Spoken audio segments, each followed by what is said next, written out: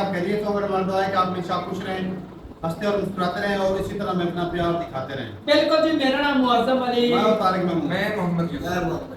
तो आज हम जिस वीडियो पर रिएक्ट करने जा रहे हैं, वीडियो का टाइटल है Turkey to attack Israel Erdogan, direct warning to Israel, don't forget Saddam Hussein. तो देखते हैं जी वीडियो और अपना रिव्यू कर देंगे। कौन करते हैं 3 2 1 वीडियो स्टार्ट। नमस्कार नहीं, welcome you all to study IQ. मैं हूं प्रशांत धवन। नाउ मैंने आपको प्रीवियस बहुत सारी जियोपॉलिटिक्स की वीडियो में बताया था कि टर्की और इजराइल के बीच की जो टेंशन्स हैं ये लगातार बढ़ती जा रही हैं और हाल ही में एर्दोगान ने अब तक की सबसे बड़ी धमकी दी है टू इजराइल। टर्की के प्रेसिडेंट एर्दोगान ने यह कह दिया कि हम बिल्कुल इजराइल को इन्वेड कर सकते हैं। जिस तरीके से टर्की ने इंटरवेंशन करी थी लीबिया में, जिस तरीके से टर्की ने इंटरवेंशन करी थी काराबाख रीजन में, नगोर्नो काराबाख की ये बात कर रहे हैं, उसी तरीके से कल को टर्की इन्वेड कर सकता है इजराइल को। नाउ अगेन, वैसे अगर मैं बात करूं ब्रूट मिलिट्री फोर्स की, टर्की इजराइल से बहुत ज़्यादा पीछे नहीं है। याद रखिएगा, टर्की की आबादी 8.5 करोड़ है, इजराइल की आबादी 1 करोड़ भी नहीं है। तो टर्की आबादी के हिसाब से बहुत बड़ा देश है, इनकी मिलिट्री बहुत बड़ी है। तो जो ये थ्रेट है ये बहुत ज़्यादा सीरियस है। और याद रखिएगा, टर्की एक नेटो देश है, इजराइल एक नेटो कंट्री नहीं है। तो एक नेटो कंट्री टर्की का एक डायरेक्ट थ्रेट है कि like we entered Karabakh and Libya, we will do the same to Israel. और जब ये बात एर्दोगान ने बोली, सोशल मीडिया पे इनकी ये जो क्लिप है वायरल हो गई थी। नाउ एक बार को यहाँ पे आप सवाल पूछ सकते हैं कि क्या जेन्युइनली हम ये बात कह सकते हैं कि टर्की इजराइल से मिलिट्री पॉइंट ऑफ व्यू से ज़्यादा स्ट्रांग है? देखो, ये बात सिर्फ मैं नहीं कह रहा, आपने ग्लोबल फायर पावर इंडेक्स के बारे में सुना होगा। ये इंडेक्स कंट्रीज को रैंक करता है उनकी मिलिट्री स्ट्रेंथ के हिसाब से। 2024 की आप अगर रैंकिंग देखो तो नंबर 1 पे यूएस, नंबर 2 पे रशिया, नंबर 3 पे चाइना, नंबर 4 पे इंडिया, मगर नोट करना नंबर 8 पे आपको दिखेगा टर्की। टर्की ने पिछले कुछ सालों में अपना डिफेंस बजट कई बार 150% के आसपास बढ़ाया है। इस देश के पास खाने पीने को नहीं है, इनकी इकोनॉमी बिल्कुल बहुत ज़्यादा एक खराब दौर से गुजर रही है, मगर मिलिटरीली टर्की लगातार खुद को स्ट्रांग बना रहा है, ऑलमोस्ट प्रिपेयर कर रहा है खुद को एक बड़ी मिलिट्री इंटरवेंशन के लिए। और इसलिए आपने ये भी नोट किया होगा कि इवन दो टर्की के पास कोई न्यूक्लियर वेपन्स नहीं है, टर्की ने कभी भी कोई न्यूक्लियर वेपन्स का टेस्ट नहीं किया, तब भी टर्की को मिलिट्री पॉइंट ऑफ व्यू से पाकिस्तान से ऊपर रखा जाता है। जबकि पाकिस्तान की आबादी भी आप अगर देखो 22-23 करोड़ के आसपास है, टर्की उससे बहुत कम आबादी के साथ पाकिस्तान से ज़्यादा स्ट्रांग माना जाता है। इजराइल को अगर मैं देखूं इस लिस्ट में तो आपको काफ़ी नीचे मिलेगा। इजराइल आपको मिलेगा 17 स्पॉट पे, ईरान, ऑस्ट्रेलिया, इजिप्ट से भी पीछे। इजराइल को देखिए बहुत ज़्यादा बड़ा सपोर्ट है यूएसए का, और इसलिए टर्की का जो ये थ्रेट है ना, ये तक कंसर्निंग है इजराइल के लिए भी, क्योंकि टर्की भी नेटो कंट्री है। कल को अगर मान लीजिए टर्की अग्रेशन करता है अगेंस्ट इजराइल या फिर कुछ अपनी प्रॉक्सी से अटैक करवाता है इजराइल पर, इजराइल जवाबी कार्रवाई पे अगर अटैक करता है टर्की पे, उस केस में नेटो का जो आर्टिकल 5 है ये हो जाएगा एक्टिव। तो मेरे हिसाब से देखिए, यूएस के सामने आने वाले कुछ सालों में एक ऑप्शन ये आएगी कि टर्की को नेटो से निकाल दिया जाए।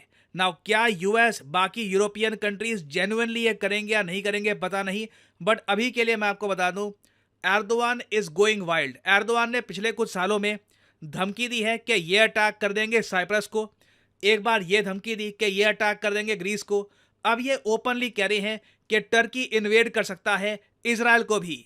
अब यहाँ पे आपका एक बेसिक सवाल ये आना चाहिए कि टर्की के प्रेसिडेंट ने इतनी बड़ी धमकी दे दी इजराइल को, ओपनली ये कह दिया कि हम इन्वेड कर देंगे इजराइल को क्योंकि इजराइल गाजा में ये अत्याचार कर रहा है।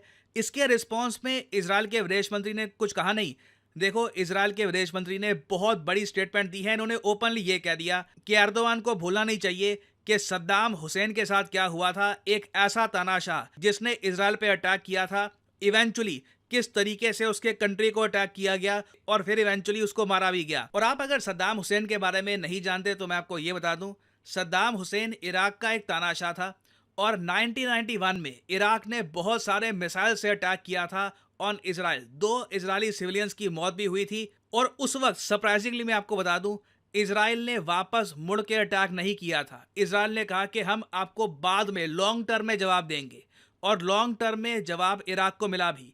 अचानक से क्या होता है, जब यूएसए में 9/11 अटैक हुआ, सडनली यूएसए में एक थ्योरी बहुत ज़्यादा पॉपुलर हो जाती है कि सद्दाम हुसैन न्यूक्लियर वेपन्स बना रहे हैं। कुछ इसका प्रूफ कुछ था नहीं, मगर यूएस बार बार ये बात दोहराता रहता है। उसके बाद अमेरिकन मिलिट्री एक बड़ा अटैक लॉन्च करती है इराक पर। सद्दाम हुसैन को कुछ साल बाद मार दिया जाता है और आप कह लो इजराइल का जो बदला है ये इनडायरेक्टली लेता है यूएसए। नाउ टर्की के केस में भी इजराइल ने एक बहुत ज़्यादा कोल्ड और ब्रूटल वार्निंग दी है टर्की को कि एर्दोआन याद रखना सद्दाम हुसैन के साथ क्या किया था। तो मतलब कि हो सकता है कि एर्दोआन की स्टेटमेंट्स का रिएक्शन इनको इमीडिएटली ना मिले, मगर डेफिनेटली एर्दोआन अब इजराइल की टारगेट लिस्ट पे आ चुके होंगे। और मैं सरप्राइज नहीं होऊंगा अगर इजराइल आने वाले कुछ सालों में, अगेन देखो इराक और टर्की में फ़र्क बहुत है। Turkey is much more powerful than Iraq was. तो पहले तो देखो इजराइल को अगर कुछ करना है टर्की का, इंटरनल डिप्लोमेसी से यूएस पर प्रेशर बनाकर लॉन्ग टर्म स्ट्रेटेजिक थिंकिंग के साथ पहले तो टर्की को आइसोलेट करना होगा, अकेला करना होगा, नेटो से निकलवाना होगा। उसके बाद लॉन्ग टर्म में मैं समझ सकता हूं कि इजराइल कुछ बड़ा एक्शन लेगा अगेंस्ट टर्की। और लग रहा है कि इन्होंने ये जो प्रोसेस है इसकी शुरुआत कर दी है। जो स्टेटमेंट है छोटी नहीं है कि सद्दाम हुसैन का याद रखना उसके साथ क्या हुआ था। This is a huge statement. अगर कोई टर्की का नागरिक है जो जेन्युइनली हिस्ट्री जानता है, जियो पॉलिटिक्स जानता है, वो डेफिनेटली काफ़ी नर्वस फील कर रहा होगा कि एर्दोआन ने किस कंट्री को बिना वजह यहाँ पे धमका दिया है और जो वार्निंग मिली है उसके रिस्पॉन्स में इट इज़ स्पाइन चिलिंग।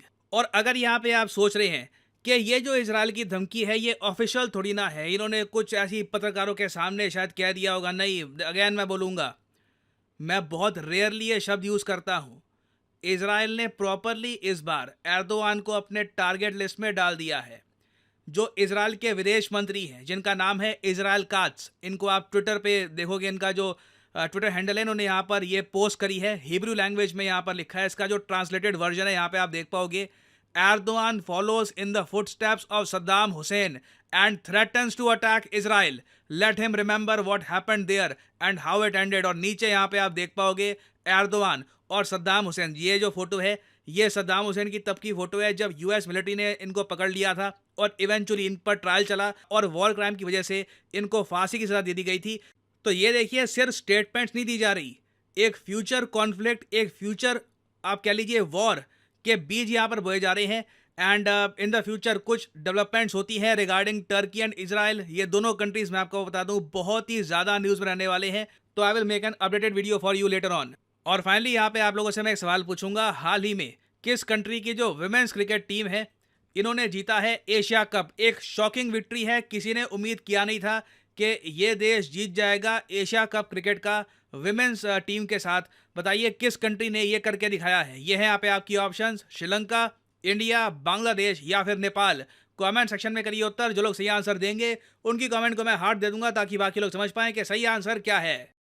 देखिए, लाइफ में सक्सेस हासिल करने का सिर्फ एक ही मंत्र है। लोग बात करते हैं लक की, लोग बात करते हैं मोटिवेशन की, but in the end the only way to achieve success is to work hard and never give up. बिल्कुल ग्राइंड करना होता है, मेहनत करनी होती है, तभी आप सक्सेस हासिल कर पाते हैं। और इस डिफिकल्ट जर्नी में स्टडी IQ आपके साथ है। देखिए, अब से लेकर 31 जुलाई तक आपके पास एक विंडो ऑफ अपॉर्चुनिटी है। आप स्टडी IQ के सारे कोर्सेज परचेज कर सकते हैं at a heavily discounted price. और सबसे इंपॉर्टेंट बात, गोल्डन चांस आपका यहाँ पर आता है स्टडी IQ के प्रतिज्ञा इवनिंग बैच को ज्वाइन करने का। ये एक यूनिक बैच है जहाँ पे जो लाइव क्लासेस हैं सुबह की जगह शाम को होगी इवनिंग में, ताकि आप ज्यादा सहूलियत से अपना बैच अटेंड कर पाएं। तो आपको क्या करना है, कमेंट सेक्शन में जाइए, यहाँ पे आपको मिलेगा ये लिंक, इस लिंक पर करिए क्लिक और यहाँ पे आप परचेज कर सकते हैं स्टडी IQ का प्रतिज्ञा इवनिंग बैच। इस बैच में देखिए स्टडी IQ ओपनली ये कहता है, प्रीलिम्स जैसे ही आपका क्लियर हो गया, ये सारा पैसा जो आप इन्वेस्ट करेंगे अपने आप में इस कोर्स के अंदर, ये आपको रिफंड कर दिया जाएगा। Study IQ wants you to succeed. आपको यहाँ पर मिलती है लाइव क्लासेस अगेन इवनिंग में, 1-to-1 mentorship, answer writing, prelims test series, books जो डिलीवर की जाएंगी टू योर एड्रेस। तो अगर आप एक कॉलेज स्टूडेंट हैं, आपके पास टाइम है, आपने एक विजन बना रखा है कि मैं एक प्रॉपर प्रेपरेशन के साथ एक जेन्युइन अटेम्प्ट दूंगा UPSC एग्जाम के लिए, तो this course is for you. But obviously ये जो प्राइस लिखा है, नेवर पे दिस प्राइस। यूज करिए यहाँ पर code PD10 and the prices will just start following. आप कोई और कोड यूज करते हैं यहाँ पे, फॉर एग्जाम्पल लाइव या फिर कोई और कोड, आपको मैक्सिमम डिस्काउंट नहीं मिलने वाला। Use the code PD10 to get the maximum discount possible. याद रखिएगा, दुनिया में एक मिस्ड अपॉर्चुनिटी से ज्यादा महंगी कोई चीज नहीं होती and this is your golden opportunity to properly start your UPSC preparation with study IQ's Pratigya batch. ये एक नया बैच है, तो मतलब के सारे chapters from the beginning start किए जा रहे हैं। सारे subjects, polity, history, geography, everything is being taught from the beginning. तो ये सही टाइम है इस बैच को ज्वाइन करने का। So use the code PD10 and save money. इसी नोट के साथ ये है वीडियो का अंत। Thank you for listening and as always may the gods watch over you. जो वीडियो खत्म हो गए भाई साहब, तुर्की की धमकी तो भाई साहब फोके फायर ही है, वो जिस तरह पंजाबी में कहते हैं ना, फोके फायर। अच्छा। और भाई इजराइल जो है ना, अगर खुद उसकी बात करें ना इजराइल की, तो छोटा सा कंट्री, खुद अगर तुर्की के साथ वो भिड़े ना तो तुर्की उससे कभी भी लड़ सकता है है तुर्की के साथ। वही लेकिन अमेरिका के बलबूते पे ये साफ है कि ये अकड़ रहा है। बाकी भी अगर बात करें ना कि अमेरिका की, तो साफ ज़र है भाई साहब, अब जो उर्दगान के तैयब उर्दगान के कुछ बयान आ रहे हैं, तो हो सकता है कुछ सालों तक भाई साहब तुर्की जो है ये, क्योंकि अभी जो है ना, अभी ग्रे से ब्लैक नहीं, वो जो नेटो का मेंबर है ना, जाएगा ये उससे पहले जो इनका मिशन यही है कि इसको निकालें उससे, तुर्की को। ये इतना आसान है, ये निकाल भी सकते हैं। यार आने वाला वक्त भी देख के बात है, आने वाला वक्त बैठर का नहीं है। अमेरिका की भी हर चीज चेंज होने लगी है तारिक साहब, आपको ये समझना पड़ेगा। ट्रंप के आने से वो जो वादे कर रहे हैं ना, वो सियासी तो है, मानते हैं, लेकिन उसमें बहुत ज्यादा तुझे डिफरेंट नजर आएगा। ट्रंप नहीं चाहता। सद्दाम हुसैन को कब मारा है इसने? सद्दाम हुसैन किसने मार दिया है? ट्रंप ने मार दिया है। नहीं तो ट्रंप की आने वाली है बात। भाई ट्रंप चाहते ही नहीं, जितना जंग चाहता है, वो बिजनेसमैन इंसान है, वो अमन चाहता है, वो लड़ाई जाती है, किसी से भी चाहता। ये सारे अमेरिकन सुपर पावर में रहने के लिए पता वो जो बातें कर रहे हैं वो सिर्फ इलेक्शन जीतने के लिए बातें यार कर रहे मैं पहले तुझे कह चुका हूं, सियासत के लिए बाकी होगा। अमेरिका की भाई साहब सुपर पावर रहने की पॉलिसी सेम है कि भाई साहब लोगों को ब्लैकमेल करो, उनके ऊपर जंग थोपो, यही उसका मिशन है। ट्रंप के दौर में कितनी कंट्री को ब्लैकमेल की है इसने किया है? वो यार सारा कुछ ही कर रहे हैं, क्या नहीं कहां किया? किस कंट्री की चल रहा है, दिखा दे किसने किया था? मेरे को बताओ तो सही। अच्छा भाई बात यह है कि जो इराक की बात हुई, लीबिया की बात अगर करें, तो जब 9/11 हुआ था तो भाई साहब इराक में ये कुछ दिन पहले सऊदी अरब के एक बंदे की वीडियो इन्होंने रिलीज की है अमेरिका ने, कि जब ये पेट्रोल जो है, डॉलर पेट्रोल वाला जो मुआहदा खत्म होने की बात चली है, उस वक्त इन्होंने एक वीडियो जारी कर दिया कि सऊदी अरब का एक बंदा था, उसने जी जनाब ये सारा जो है ना जानकारी इकट्ठी कर रहे थे, उसकी पूरी वीडियो इन्होंने रिलीज की है। वो वीडियो जो है वो हाथ जो था सऊदी अरब का था। उसामा बिन लादेन भी सऊदी अरब के ही थे तकरीबन, मतलब थे उधर से ही। अच्छा बात ये है भाई कि उनके पास सारे सबूत हैं पहले से ही, जब 9/11 हुआ उससे पहले के सबूत हैं, फिर वो जानबूझ पे इराक पे अटैक करते हैं। इसके पीछे क्या रीजन है भाई साहब? वो कोई ना कोई बहाना ढूंढते हैं, जानबूझ के वो उनको सारा पता होता है, इनकी गलतियों को सब पता होता है कि कौन क्या कुछ कर रहा है। वो जिसको भाई साहब दबाना होता है उसके ऊपर इल्जाम लगाया, वार क्राइम। अब नेतन्याहू से बड़ा वार क्राइम कौन कर रहा है दुनिया में? इसके ऊपर नहीं लगाएंगे, इसके ऊपर अमेरिका की नजर एजेंसियों के अस्पतालों को टारगेट किया जा रहा है, छोटे छोटे हजारों बच्चे मार दिए, बूढ़ों को मारा जा रहा है, बिजली कट है, पानी कट है, वहाँ पे वार क्राइम नहीं, फास्फोरस बम जो है इस्तेमाल, ब्लैक लिस्ट में जा रहे हैं, ग्रे लिस्ट में जा रहे हैं, इनके ऊपर को पाबंदियां लगा रही हैं, के ऊपर से डॉलर दिए जा रहे हैं। हाँ, इस तरीके पाकिस्तान और इजराइल को इस्तेमाल किया जाता है। अमेरिका का हाथ है ना पूरी वर्ल्ड के तो ऊपर। हम तो वही कह रहे हैं, हाथ अमेरिका का दोगलापन है भाई साहब उनका। जब वो सबसे बड़े कोई अगर दहशतगर्द है ना, दहशतगर्दी को सपोर्ट करने वाली अगर कोई कंट्री है या कोई बड़ा दहशतगर्द है तो वो है अमेरिका।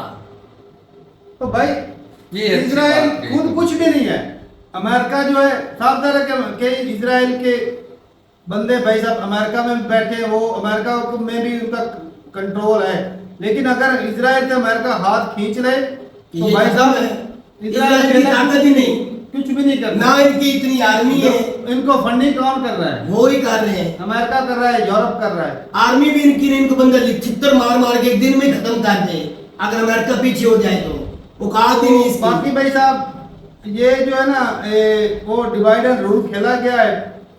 जो भाई आज देख ले सऊदी अरब जो है वो शाम के ऊपर कितने अटैक कर रहा है, खुद मार रहा है उनको। शाम नहीं, इराक के सभी कंट्री सीरिया अपना नहीं यमन सॉरी यमन तो उसके ऊपर आए दिन अटैक करता रहता है वो करता नहीं, वो भी तानाशाह समझे तो करवाया जाता है। अमेरिका हाँ, वो भी भाई साहब, इराक के अंदर ये इराक को भाई साहब क्यों पेला गया, क्योंकि ये चाहता था कि भाई साहब मैं डॉलर में तेल ना बेचूं। हाँ जी, ये कर्नल कदाफी को क्यों मरवाया गया, इसीलिए कि वो भी भाई साहब यूरो में और डॉलर में यूरो में बेचता था तेल, डॉलर में नहीं बेचता था। ये भाई साहब सारा और सारा डॉलर का मामला शाह है। फैसल को, सारा यासर फात को, इन सब 5-6 लीडरों को इन्होंने इसीलिए बनवाया था। हाँ। वो खुद मुख्तियार हो दुनिया को जाते ये थे। दिखा देते कि भाई साहब वॉर क्राइम कर रहे हैं। हाँ, ये खुद मुख्तियार हो गए वॉर क्राइम नहीं, वॉर क्राइम नहीं दिख रहा है इनको। ये जो हो रहा है नहीं दिख रहा है। गजा में जो हो रहा है, चाहता है कि हम मुस्लिम कंट्री को इकट्ठा होने ही नहीं देंगे। अगर ये इकट्ठे हो गए और तो ये सब मुस्लिम का छोड़ किसी और को भी नहीं होने दे रहे। किसी को भी नहीं सभी होने को दे। भाई साहब अपने अंदर उन्होंने जापान ने तो सर उठाया था, क्या कर दिया था उनके साथ। आज जापान उनके देखा साथ जितने भी तरक्की करके जापान की आकर निकाल दी इसने। भाई साहब लीबिया की भी इसी की, हाँ, सऊदी अरब की लेकिन ये शाबाश भाई साहब इसी ने। उर्दुगान जो है उसकी हुकूमत वैसे भी गिरने वाली है। खत्म हो रही है। वो भाई साहब ये सिर्फ और सिर्फ अपनी सियासत बचाने के लिए इस तरह की बयानबाजी कर रहा है। दूसरा रुख इसका ये भी है, उनका भी इलेक्शन तो आया है। हिट लिस्ट में वो जब वो पावर में नहीं रहे अरे करना होता तो फिर बताने की क्या जरूरत थी। बिल्कुल कर देते। कितना अरसा हो गया अब तक कर देते। इजराइल तो आपके बाजू में ही वो है। ना साल के ऊपर पे शुरू होगी जंग को। हमारे पास ना एक मिसाल देते हैं कि कोई चौधरी था, वो ना कहता मैं फलाने गरीब के पास गया, मैं फलाने चौधरी के पास गया, चौधरी मिसाल दे रहा था, फलाने चौधरी के पास गया, मैंने बड़े गुस्सा दिलाने की कोशिश खुद को की, नहीं आया। कहता फिर मैं अगले चौधरी के पास गया, उसके ऊपर मैंने खुद को गुस्सा दिलाने की कोशिश की, नहीं आया। फिर आगे गरीब के पास गया, कहता है मुझे उस पर बहुत गुस्सा, मैंने फिर दे मारा उसको। तो वही बात है भाई साहब कि ये जो है ना वो तगड़ों पे कोई गुस्सा किसी को नहीं आता, कमजोरों पे गुस्सा निकाले जा रहे हैं। तो बाकी भाई अपनी राय जरूर बताइएगा कमेंट सेक्शन में। अब इस उर्दगान का भाई क्या होगा, कुछ भी नहीं नया चल इसकी कुर्सी चली जाएगी और इसको कोई बंदा पूछेगा भी नहीं। वो भाई 3 बार तो हो चुका है, इस बार चले जाना, नया बंदा आ तो जाना। ठीक है भाई अपनी राय जरूर बताइएगा कमेंट सेक्शन में। मिलते नहीं वीडियो के साथ, तब तक के लिए इजाजत दें। अल्लाह हाफ़िज़।